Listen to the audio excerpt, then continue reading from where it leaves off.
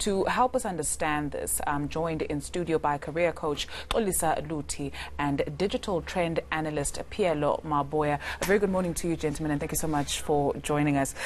Perhaps let's start with those who have just gone out of the schooling system. If you didn't get a bachelor pass, what other options are available for you? Okay, there are students that already passed, got into their first choices, and then celebrations they get in. Others, they applied for their first choices, but they didn't get in, then their second choice and third choices. Now we also need to advise them not to work under pressure, because someone can pressurize you to say, you're going to waste a year, just get into your second choice, and then you find out the following year they go back to first year again. But you have those ones who did not get anywhere, and then they are at home and they don't know what to do, and then someone speaks gap year. But we don't have a guide for the gap year. Now what do we do during that particular time when I'm at home? Then that's where you need the exposure. And the first place to go back to your school. To say, no, I didn't get into my first choice. I am at home. I want to check if I'm passionate about teaching. Can I volunteer at school and then help the other students? I can go to the TVET colleges and then go and get an exposure. What exactly do you do in these TVET colleges? Is this a career I can take here? Or I can go and say, I want to do a bridging course so that I can go towards a career that I wanted to do at one. Are teachers equipped with enough information, especially in this ever-changing world? We are in the fourth industrial revolution, to guide children for careers of the future. Now, as a career coach, you work with career mentors. Your teachers are career mentors. I'll make, for example, in the school I'm in at Future Nation Schools, we're using what we call project-based learning. With the project-based learning, the teacher gets into class teaching the content but applying into real life through the projects. Here is a driving question for the grade 3 students to say, how can we green our environment? So those students are given a chance to explore, research at that young age. Then after researching about greening, they come back to say, on our side, our passion is on agriculture. We would like to have backyard gardens. And then those students, they're starting to unleash their potential at that young age. Others, they said, no, I would like to know about how to save water. Then the students are exposed to areas like rainwater, how the water purification is done. They construct their own mini water purification plants. So the teachers in our schools, they are also developed on daily basis, and weekly you have those formal sessions where you say, when you get into class, you don't teach content, but to teach how to apply this content in real life. And then the students one day will be future leaders, one day they'll be entrepreneurs instead of just job seekers, but they will actually produce more jobs for them. Sure. Pielo, when you saw the package by my colleague Heidi Jokos, there's a fridge, you just knock on it. Who thought that we'd get to that point? So when you think about it, it's probably been years in the making. When we ask the question, are we equipping our children to be tech savvy, to be digitally savvy, how would you rate us? Are we doing a good enough job? I would say not as best as we could do. There's a lot of gaps in terms of the way that we, in the normal mainstream schooling career, that we let our kids down. Xolisa has just mentioned some great work that they're doing at Future Nation, right? Future Nation School. But when it comes to our public schools and some of the private schools that are following the curriculum, it's still a lot of learning around rote and not experiential learning, which is one of the big things that is going to be very important when you're going into the future. So the more the technology advances, the more that people need to be able to learn to live with the technology, and that's one of the things that is not being attended to. People pick up the skills around how to use technology with by themselves, like getting a handle on a laptop or a smartphone, which is one of the most prevalent devices.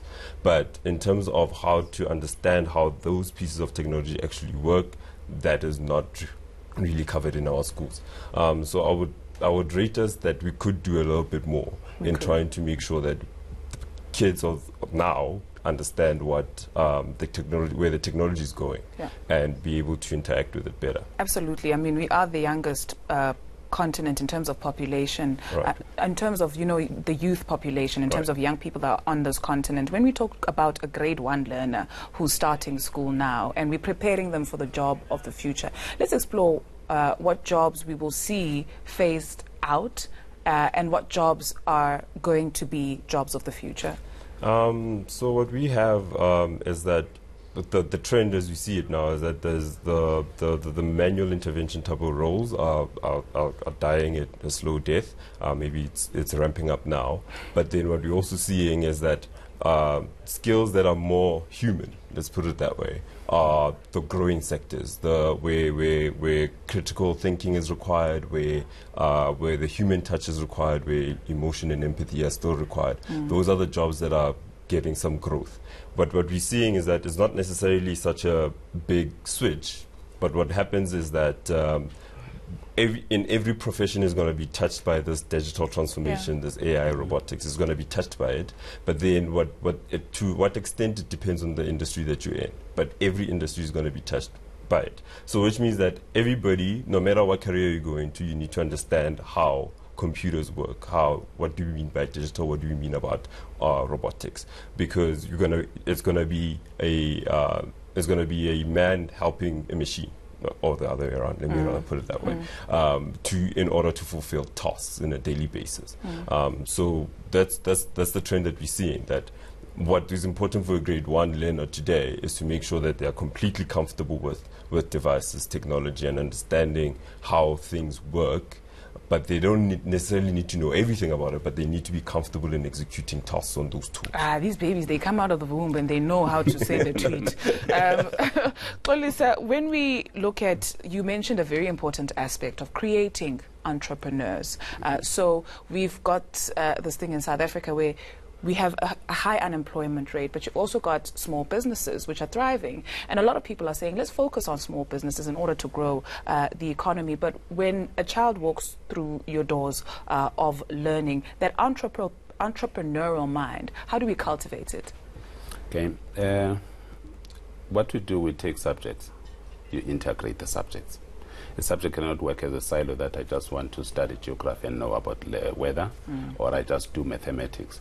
You take mathematics, you say this is a problem-solving skill that you're acquiring from maths. If you go to accounting, you go to economic management sciences, we take the student to say, let's say you want to start a business. What steps would you do? So instead of being prescriptive to our children, we bring in our children, we inquire. They go out and research. They come back and then present back to us.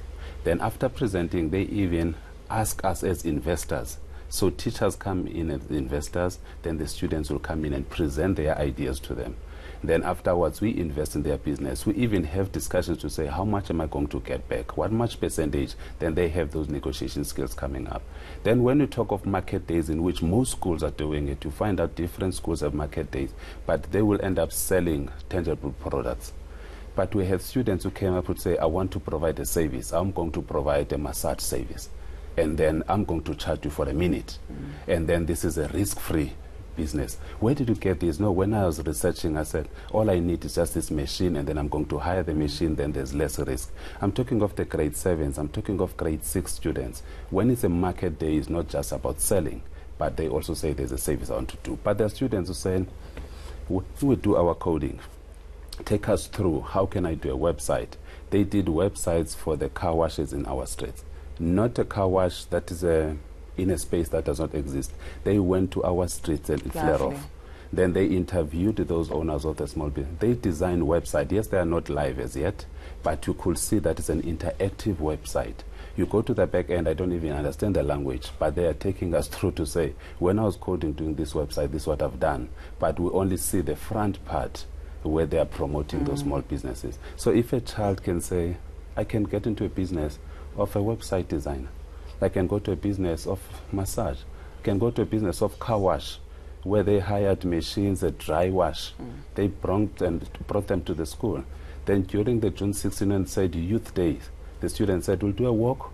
and then bring your cars in, teachers, and then we'll charge you for washing your cars, but we're using a dry wash. So they had the machines that they were using, the dry wash, but still saving water. Lovely. Pielo, a little bit earlier on, you mentioned, you touched briefly on the issue of access in terms of public schools. There are some children, the MEC is doing a fantastic job. Some schools are equipped with tablets and they're getting along in terms of technology. But you also have some schools that will be left behind. Not everybody also has access to data, which is still very much expensive in this country. How do we then move forward when we're still faced with such basic challenges where we don't even have the tools needed to get our children to design for the future? Oh, that's quite a hectic challenge. So the short answer is it's going to require a lot of investment. There's a lot of investment that needs to go into equipping our children for the future. I think the tablet initiative is a great initiative, but at the same time, is that are we just digitizing the same type of material that we've been teaching all along? Because that does not help. Because I'm just going to be teaching you stuff that is outdated with newer technology. But the main thing that we must not shy away from is that we need to be a little bit ambitious about the targets that we want to reach. You mentioned that we have a very young population. A very young population gives us a lot of energy, a lot of heads to do work. But we have to direct that energy in the right spaces. Like currently, we have structural unemployment in this country, and that's basically because we don't have a nice skills match between what the industry is requiring versus what the schools are outputting. So that big gap there, that's what we should be targeting. And in most cases is work around digital, around programming, around development.